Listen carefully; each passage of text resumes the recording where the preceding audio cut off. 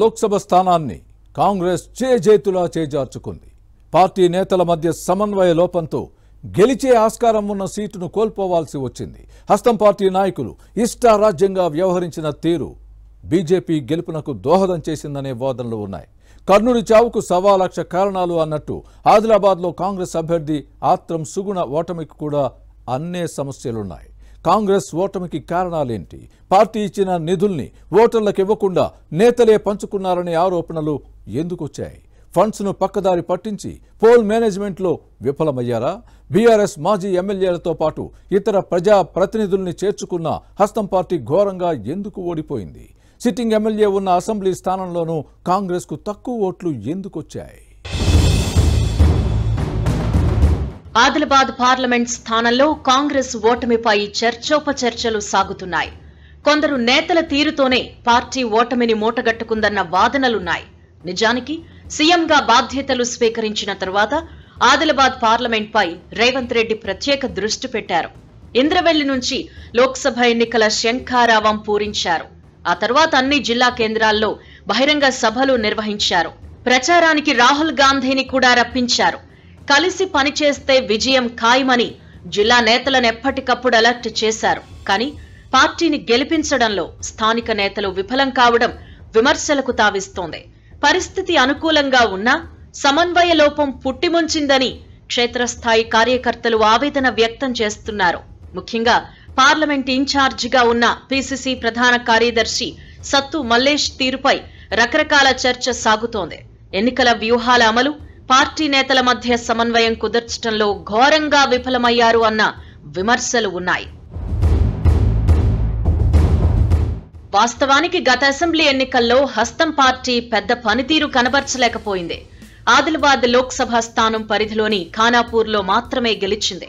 రాష్ట్రంలో కాంగ్రెస్ అధికారంలోకి వచ్చిన తర్వాత పార్టీ గణనీయంగా పుంజుకుంది. చేరికలను ప్రోత్సహించింది. బీఆర్ఎస్ మాజీ ఎమ్మెల్యేలు విఠల్ రెడ్డి, కోనేరు కోనప్ప, మాజీ మంత్రి ఇంద్రకరణ్ రెడ్డి, మాజీ ఎమ్మెల్సీ పురాణం సతీష్ కుమార్ వంటి కీలక నాయకులు కాంగ్రెస్ లో చేరడంతో జోష్ పెరిగింది.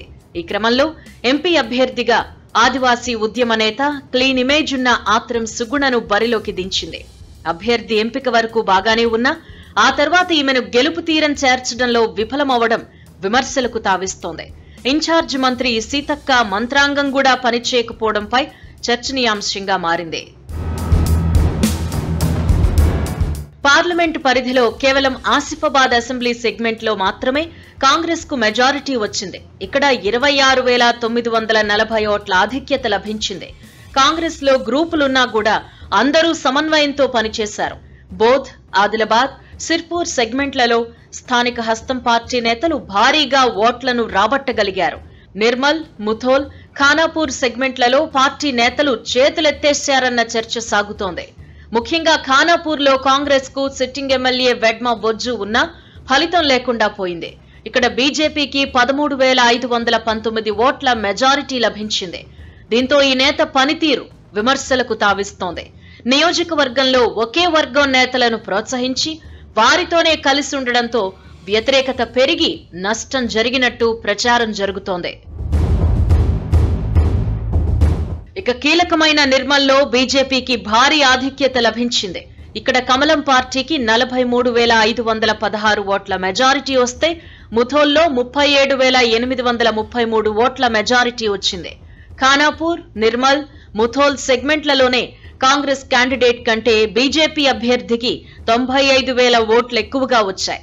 కాషాయ పార్టీ నేత నగేష్ గెలుపులో ఈ 3 నియోజకవర్గాలే కీలకంగా మారాయి. ఈ జిల్లా నుంచి బీఆర్ఎస్ కు మాజీ మంత్రి ఇంద్రకరణ్ రెడ్డి, మాజీ ఎమ్మెల్యే విఠల్ రెడ్డి కాంగ్రెస్ లో చేరినా ఎలాంటి ప్రయోజనం లేకుండా పోయిందన్న చర్చ సాగుతోంది. ఇక్కడ నాయకులు ఎవరికి వారే అన్నట్టుగా వ్యవహరించడం కూడా మైనస్ గా మారిందనే విశ్లేషణలు ఉన్నాయి. ఈ 3 నియోజకవర్గాల్లో బీజేపీ మెజారిటీని సగానికి తగ్గిస్తే కాంగ్రెస్ అభ్యర్థి సుగుణ సులువుగా గెలిచుండేవారు అని ఆ పార్టీ నాయకులే అంటున్నారు. ఇదంతా ఒకెత్తైతే పోల్ మేనేజ్మెంట్ కోసం పార్టీ సమకూర్చిన నిధులను కొందరు నాయకులు నొక్కేశారు అనే ఆరోపణలు ఉన్నాయి. కొన్ని నియోజకవర్గాల్లో తక్కువ ఓట్లు రావడానికి ఇదే కారణమన్న వాదనలు లేకపోలేదు.